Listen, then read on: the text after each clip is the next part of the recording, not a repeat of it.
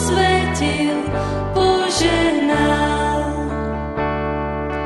Takých je kráľovstvo nebeské, vyriekli drahé rty priateľské.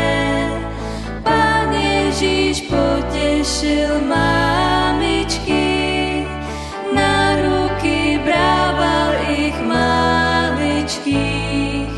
Bola to prevzácna láskavosť, napríklad na šťastie, na radosť. Pane náš predrahý, láskavý, dieťa sme prijali vo zdraví. Tebe zaň srdečne vďačíme, radosnú piesňou ťa chválime. Pohľadni na dieťa s milosťou, učiň ho láskavou bytosťou, učiň ho láskavou bytosťou.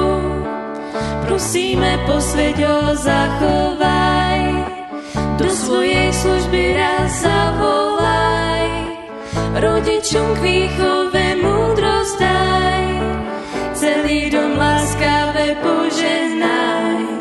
Pokorne žiadame, Otče náš, sprevádzaj dieťa i všetkých nás. Sprevádzaj dieťa i všetkých nás. Sprevádzaj dieťa i všetkých